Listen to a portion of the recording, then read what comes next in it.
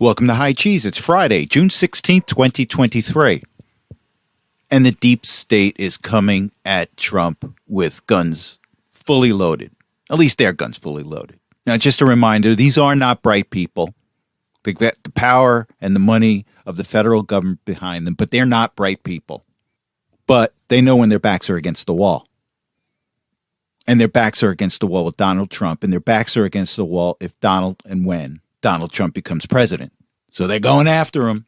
Now, my regular listeners, they'll know that I've often said that for the past 40, 45 years, that this deep state in Washington has merged with corporate America to gain power at the expense of the American middle class and American freedom.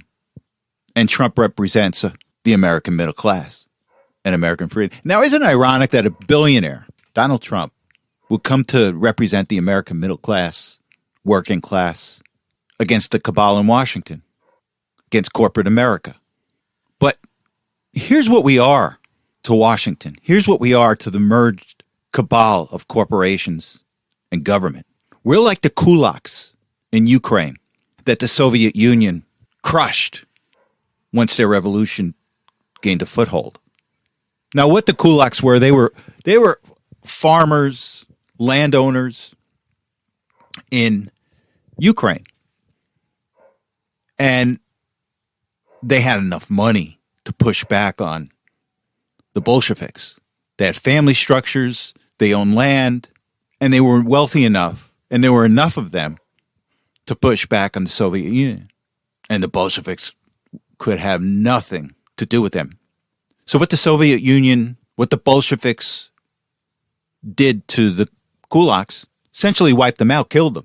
They're going to try to do to us by trying to crush the middle class, the working class, which comprised a vast majority of the American people, against the small cabal in Washington. And Trump represents the middle class. And Trump is going against them strong. Now, I don't know if you listened to Tucker Carlson's, one of his recent Twitter shows, but he came out and said, look, there was a moment in time when the deep state determined that we cannot have Donald Trump. And he flashed us back to a debate in the Republican primary where Trump essentially said that the Second Iraqi War was based on a lie. There were no weapons of mass destruction. That was a lie. So the intelligence agencies that partially make up part of the deep state said, we can't have this. We can't have this guy. He's just telling everyone the truth. And that's when they decide to go after him. From day one, we got Russia hoax, the impeachments, everything else that the media tried to throw at them. And this is why they're doing this to him. And they're doing it to you. And they're doing it to me. So with that said, I want to go to a clip, and it's by Donald Trump telling people what he's going to do once he gets reelected. Now, can we call this a reelection? I'm not sure. Technically, if you win and they cheat and you lose and you come back and win again, is that a reelection? Well, we're going to find out. So let's go to this clip. Trump is saying, this is what I'm going to do when I'm reelected. I'm going after the deep state. So let's go to the clip and then we'll come back and discuss. Here's my plan to dismantle the deep state and reclaim our democracy from Washington corruption once and for all. First, I will immediately reissue my 2020 executive order restoring the president's authority to remove rogue bureaucrats, and I will wield that power very aggressively. Second, we will clean out all of the corrupt actors in our national security and intelligence apparatus. The departments and agencies that have been weaponized will be completely overhauled so that faceless bureaucrats will never again be able to target and persecute conservatives, Christians, or the left's political enemies, which they're doing now at a level that nobody can believe. Third, we will totally reform FISA courts, which are so corrupt that the judges seemingly do not care when they are lied to in warrant applications. So many judges have seen so many applications that they know were wrong, or at least they must have known. They do nothing about it. They're lied to. Fourth, to expose the hoaxes and abuses of power that have been tearing our country apart, we will establish a Truth and Reconciliation Commission to declassify and publish all documents on deep state spying, censorship, and corruption. Fifth, we will launch a major crackdown on government leakers who collude with the fake news to deliberately weave false narratives and to subvert our government and our democracy. When possible, we will press criminal charges. Sixth, we will make every Inspector General's office independent and physically separated from the departments they oversee so they do not become the protectors of the deep state. Seventh, I will ask Congress to establish an independent auditing system to continually monitor our intelligence agencies to ensure they are not spying on our citizens or running disinformation campaigns against the American people, or that they are not spying on someone's campaign like they spied on my campaign. Eighth, we will continue the effort launched by the Trump administration to move parts of the sprawling federal bureaucracy to new locations outside the Washington swamp. Just as I moved the Bureau of Land Management to Colorado, as many as 100,000 government positions could be moved out, and I mean immediately, of Washington to places filled with patriots who love America. Ninth, I will work to ban federal bureaucrats from taking jobs at the companies they deal with and that they regulate. So they deal with these companies and they regulate these companies, and then they want to take jobs from these companies. And it's taking place all the time, like with Big Pharma. Finally, I will push a constitutional amendment to impose term limits on members of Congress. This is how I will shatter the deep state and restore government that is controlled by the people and for the people. Thank you very much. And it's so important that we control the deep state, that we diminish the deep state. Because over the years, Congress, as well as the judicial system, has abdicated their authority to these bureaucrats. A godless bureaucratic system that is manned by individuals with bad intent. They've been able to set up their own internal judicial system by hiring administrative law judges that rubber stamp their rules and regulations, essentially becoming law. And Congress and our judicial system have looked the other way. And look at the monster that's been created. And they are going after Donald Trump. Because you have to remember, everything emanates from the deep state. There's so many issues out there, but if you clip the wings of the deep state, 90% of the problems that we have today go away. That's how important this is. Let's take a quick look at the case. And I'll tell you, it's so funny. You see all these attorneys that are on CNN and Fox, and they're all supposed to protect the judicial system. And all I hear is, Trump's guilty. All I hear is that, well, we believe somebody's innocent until proven guilty, but Trump's guilty. Look at Bill Barr. Trump is toast. That's what you want to hear from your attorneys? You're supposed to be innocent until proven guilty, except with these deep state attorneys. He's guilty. That's all you hear. So here's a couple of things that Trump's got going for him in this case. One is that the case is going to be heard in Miami, so you should get a fair jury pool. And if you get a fair jury pool, Trump will win. The second thing I want to point out is that there's a lot of corruption going on behind the scenes by the Department of Justice. And I mentioned in my last podcast, the valet for Trump was also indicted. And they had pulled the valet's attorney aside saying, hey, listen, if you can get the valet to flip on Trump, we heard that you're up for an appointment as a judge. We'll put in a good word for you.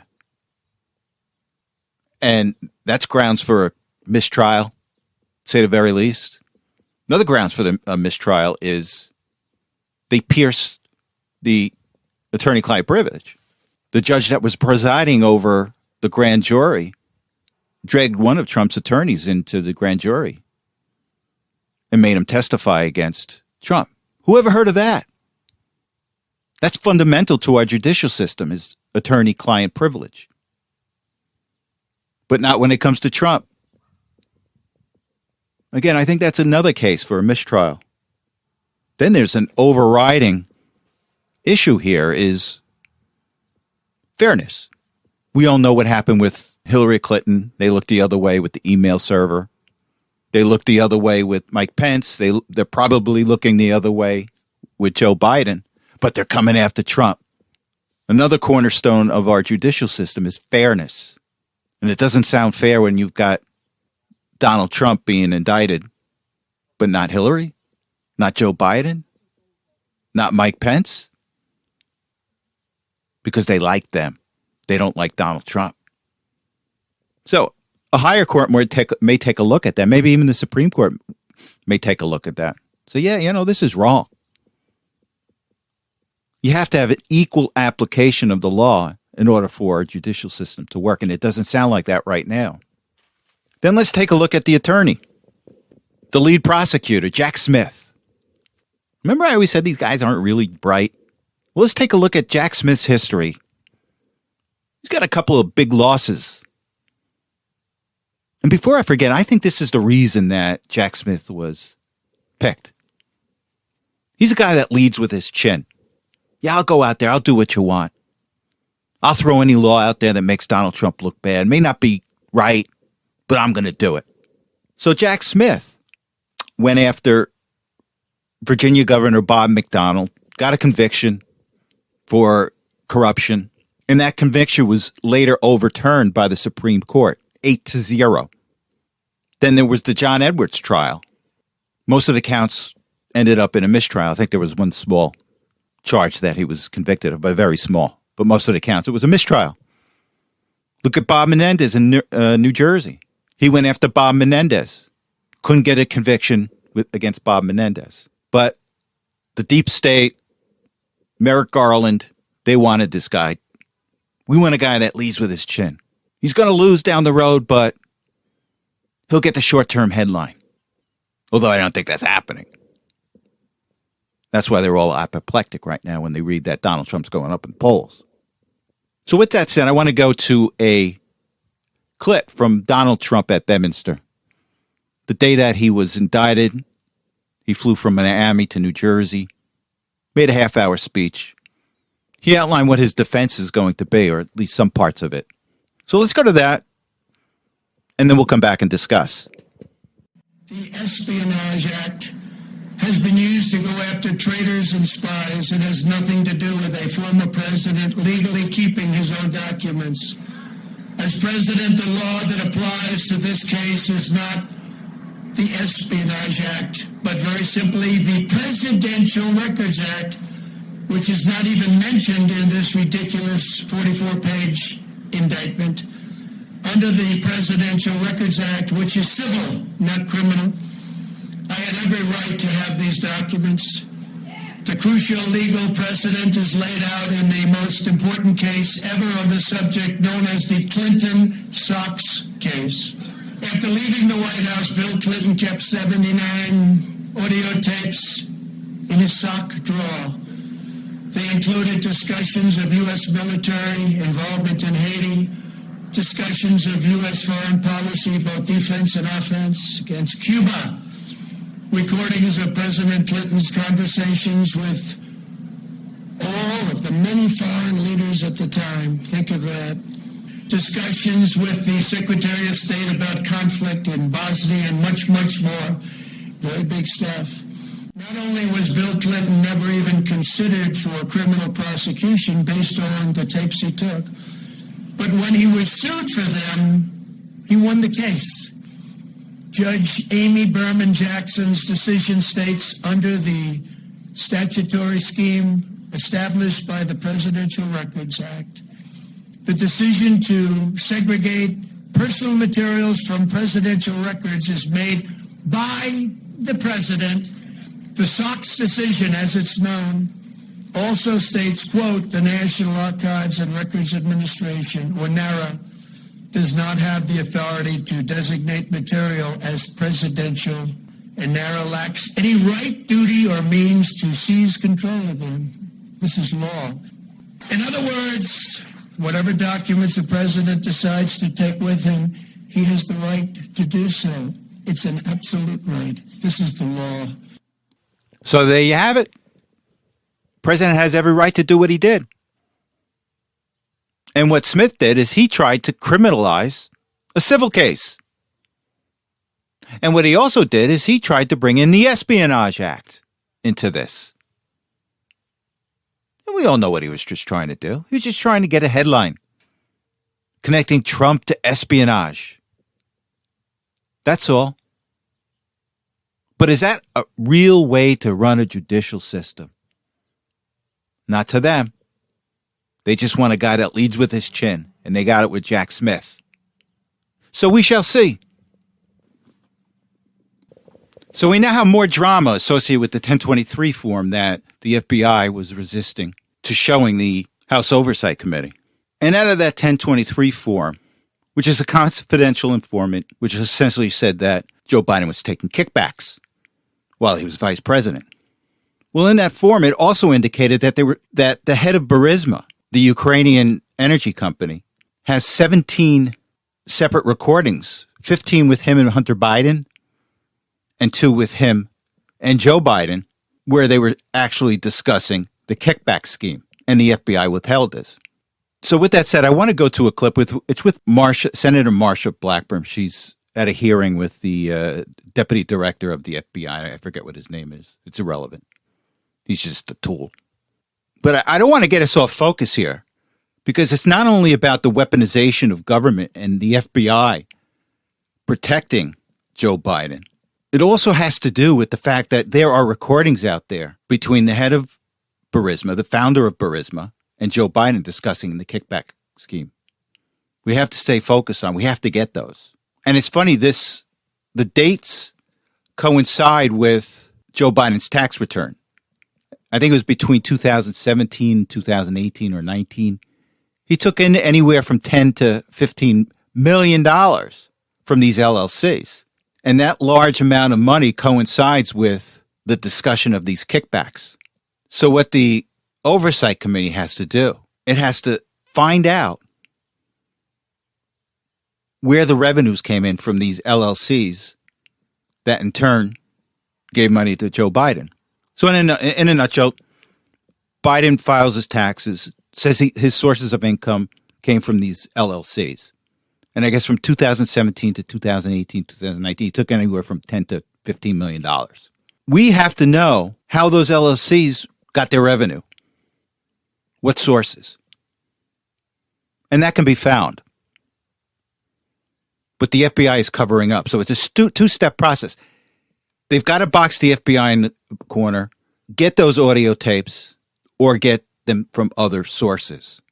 And then you match them up with these LLCs that Biden claims paid him, or income from an LLC, however you want to call it.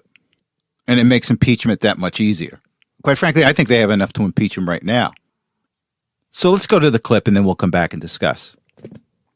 That is not the FBI. You see, there are a lot of good people that work for the FBI, but you have a political cabal there. So why did you decide to conceal the information in that revelation to the House Oversight Committee?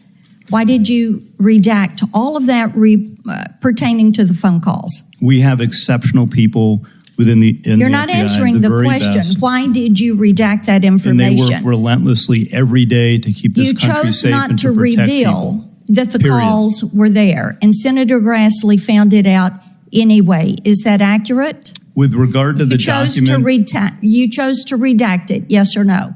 We often redact documents to protect so sources you chose and to methods. redact the fact that there are 17 voice recordings, 2 of those with the now president. You chose to redact that and not to give that to House Oversight. I have no idea if there are voice recordings or not. What I will tell you with respect to the document, the document was redacted to protect the source, as everyone knows. Well, then and this is a question of life my and death, time has potentially. expired, but I think it would be helpful if when you came before us, if you were willing to answer the questions, it would help to remove the perception that the American people have, because this is what they see. They see you do it every day, and that is politicizing the FBI and using it against the American people who don't happen to be named Biden, Clinton, or one of the elites. Thank you, Mr. Chair. I just find it hard to believe how that deputy FBI director can look at himself in the mirror. He just didn't answer a question. Just came out with these platitudes. Oh, the FBI works hard. We've got good employees. And Senator Blackburn is just saying, answer the question. We don't have a two-tiered system. Well, what about these redactions on these phone calls? The FBI works hard. They're on two planes. They're on two different planes. Senator Blackman wants to know, and the deputy FBI director is just talking nonsense. Has nothing to do with the question at hand. And he's not helping himself, because in the eyes of the American people, it looks like he's stonewalling. It looks like he's protecting Biden. And in a topic related to this, the House Oversight Committee, I think they subpoenaed Devin Archer, Hunter Biden's business partner in this whole mess. So he's either met today with them or is meeting with them next week. So I really want to see the outcome of this as we get closer and closer to Joe Biden. Now, one thing I find intriguing is right before Donald Trump took office, it was sometime right after the election, November 2016, Biden was pushing then President Poroshenko to nationalize Privat Bank, I guess the largest Ukrainian bank. And there's something off about this. I just find it an odd request by the Vice President of the United States, the outgoing Vice President of the United States before Donald Trump took over. Why is he pushing Ukrainian Poroshenko to nationalize Privat Bank? And what nationalizing your bank means that the government comes in and takes it over. So with that said, I want to go to the actual leaked conversation between Poroshenko and Biden on this. And again, this is from November, right after the election, November 2016. So let me play the actual released conversation, and then we'll come back and discuss. Let me ask you one thing before I forget. Privat Bank. I understand the governor of the bank is tentative about setting a date certain for the transition to take place, and I'm being told secondhand that, I don't know, this is her position for sure, that she is unsure of a date until she gets an agreement from you. Here's what I've told them. I've told them to get back to her and set a date, and I would talk to you about the date, because this is getting very, very close. What I don't want to have happen, I don't want Trump to get in a position where he thinks he's about to buy onto a policy where the financial system is going to collapse and he's going to be looked to pour more money into Ukraine. That's how he'll think about it before he gets sophisticated enough to know the detail. So anything you can do to push the Privat Bank to closure so that the IMF loan comes forward, I would respectfully suggest is critically important to your economic as well as physical security. First of all, what did he mean by physical security? Was that an underlying threat to Poroshenko? But that's here nor there. I just find this whole conversation odd. You've got an outgoing president of the United States that appears to be saying to Poroshenko, oh, listen, we want to be helpful to Trump and please expedite the nationalization of Privat Bank.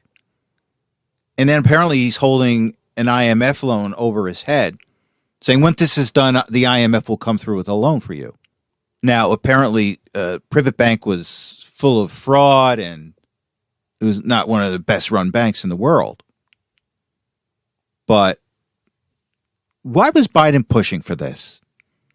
It appeared that he was trying to do Trump a favor. He didn't want Trump to take a look at Ukraine and see a collapsing economy with a bank going under, and he would have to give them money. And it's just all convoluted. But again, it's Joe Biden. But then I wear my hat. I wear my finance hat. And if someone wanted to further convolute tracking money from Ukraine, this would be one way to do it. Now, remember on that 1023 form, the informant said there's so many bank accounts that Biden's money ran through that it would take 10 years to unwind. Well, you know what would be helpful in throwing a wrench into tracking where this money came from? So privatizing a bank. Because what happens a lot with these international transfers, it's required that they have to declare what the money is being transferred for. And a lot of banks don't do it. They're just negligent in doing it. So a lot of these international banks just don't put the reason why this money's being transferred from Ukraine into a United States bank. So if Biden wanted to further convolute the whole or obfuscate the entire payment process to him, nationalizing a bank would be helpful.